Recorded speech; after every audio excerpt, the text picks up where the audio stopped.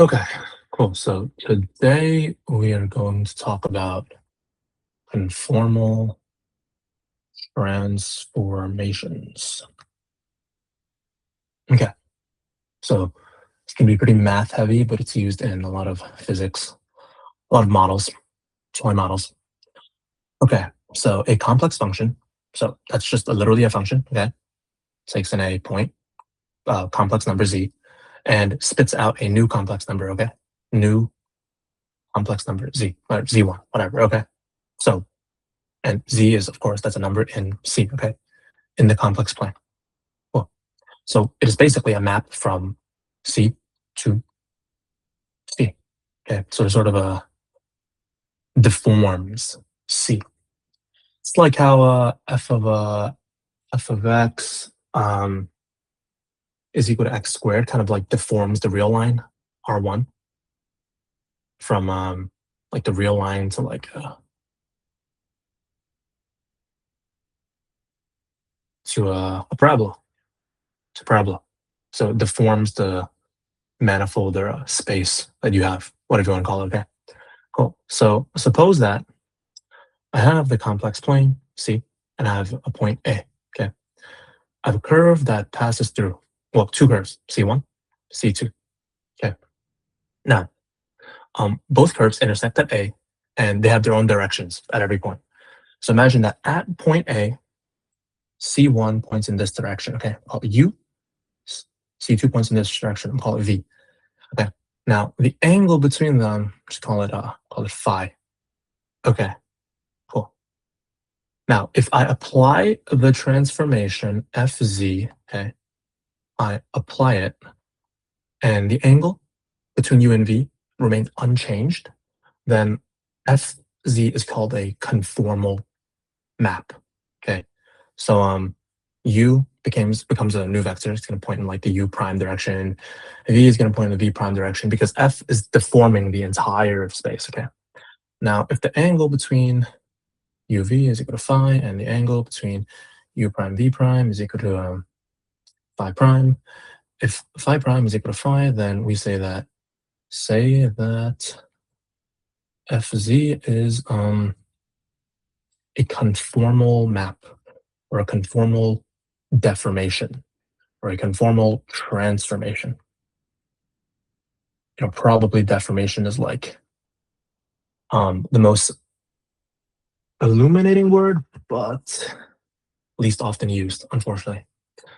Okay, so that's pretty much it. Now, if you want to go further, we'll talk about holomorphic functions. F. Okay, so all right, backtrack. Now, if you look at this plane C again, and I have this curve C1, and I have A right here. Okay, so what's the next point? What's the next point? The next point on here is B1, infinitesimal next point. Okay, and points in this direction is U. Okay, so U, the U vector is literally the A vector minus the B1 vector minus the A vector. So like if the origin is right here, A is right here, B is right here. So this is A, this is B. If you subtract them, you just get this, this little difference right here. I'm gonna call this guy. So this B1 is U. Yeah. Cool. Now, C1 is literally just a bunch of points. So curves are made of a bunch of points. So C1 is a bunch of points. Okay. And together it becomes a line or a curve. Same thing. C2 is a bunch of points. Comes a curve. Comes a line or a curve. Okay. So if I deform the whole space, what happens to C1 and C2? C1 becomes F C1. And C2 becomes F C2. So this guy right here is called the image of C1 under F of Z. Okay. Now the question is, what does so B1 minus A used to be equal to U. So what does F B1 and F A So this is equal to f of the u vector. So the question is, has the angle between f of u and f of v, this angle right here, has it changed? Has it changed? Question mark. Okay, so here's the catch. So suppose that f is holomorphic. Okay, so the limit definition of a derivative holds. Okay, so I have limit as b1 gets closer and closer to a as they become the same point. So this is just from standard calculus. Okay, cool. So remember from calculus, the derivative of at a is the direction from a to its like next door neighbor, like infinitesimal neighbor, a plus epsilon. But here it's just to not to a plus epsilon, it's to b1. B1 is a plus epsilon. Okay, cool. Now if I isolate b1, so if I isolate actually if I just do some rearranging, I get that. Actually, if I just multiply the denominator um to both sides, I get this is equal to b1 minus a. Okay, b1 minus a. Now remember what this guy was, okay? This guy was just this guy was just u. This guy's just u. And this guy is literally the definition of f of u. Okay. So we've just proved that f of u is equal to prime a times u times u. Okay, now the question is, what's the angle between f of u and f of v? Okay, so that is to say the angle f prime a, f prime evaluated at a multiplied by u, and f prime at a multiplied by v. Okay, is that the same angle as the angle between u and v? Okay, so it suffices to show that multiplication by a complex number preserves angles. Okay, so naturally, f prime of a is a complex number. Is a complex number. Okay, now u, remember, is a vector. It's a 2D vector. It's in the complex plane. So u is a 2D vector. Okay, so it pointed from a in the complex plane, which is isomorphic to R2, remember, to a point B or B1. Okay, so we can say that U is equal to U1, U2. Okay. Or equivalently, U1 plus I U2. Okay. Represented as a complex number.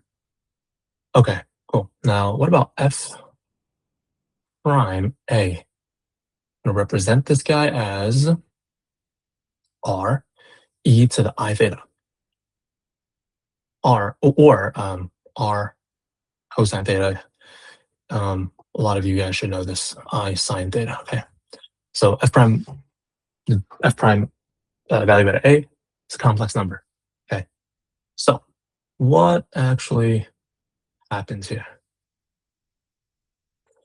All right. So we are going to take prime a multiplied by u, which is equal to r cosine theta plus I sine theta.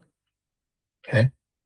And we are going to multiply it by u1, u2. Okay. Now, or we can write it as u1 plus I u2. So the new vector looks like what? The new vector looks like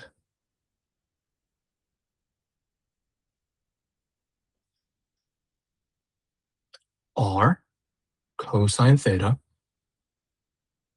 u1 minus r sine theta u2. And then the bottom looks like r sine theta u1 plus r cosine theta u2. So obviously, this is a mess. Okay, this is just a vector with two components. Okay. If you look very, very closely, you'll notice that we can rewrite this as a matrix with entries, okay, as a matrix with cosine t in the top left, sorry, cosine theta, negative sine theta here, okay, sine theta at the bottom, and cosine theta on the bottom right, okay. So let's call this, so let's just call this guy K, okay? So you'll notice cosine theta, negative sine theta, cosine theta. You can factor out r everywhere as well. So if you did that, what do you get? If you did that, you would get that f prime a times u, which is what we're calculating, okay, is equal to r times this matrix K times u, okay? So this is r times cosine, negative sine, sine, cosine, and then u1, u2. If you take this and apply it to this and multiply by r, I promise you, you are going to get this, okay? The whole thing. Okay, cool. Now, remember that the angle between two vectors, u and v, is, I don't know if you guys remember this, but u and v is the arc cosine of u dotted with v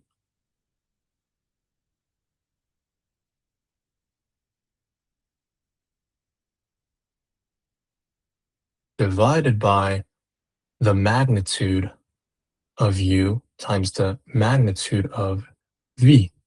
Okay, so this guy's a u. Okay, so it's gonna look ugly, but the angle between prime a times u and f prime a v is the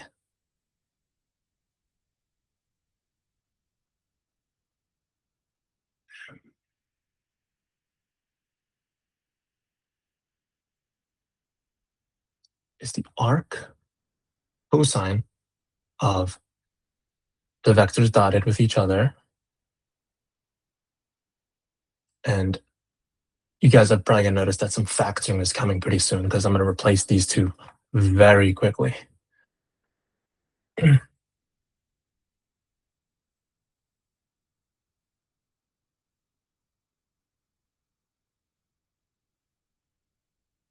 Okay, so obviously this looks very ugly. Now, with a lot of effort, okay, you can prove that the top, so this guy's gonna have one r, okay? This guy's gonna have another r. So what's on top? So we have arc, cosine, r and r on the top, okay? We know that each of them are gonna have an r. So we also each of them also have a k. But what's if you really look closely at that matrix, cosine, negative sine, sine, and cosine, that is the rotation matrix. Okay, you have two of them, you're gonna get the identity. Okay, so nothing happens. Both k's go away. Both matrices go away. What are you left with? U times v.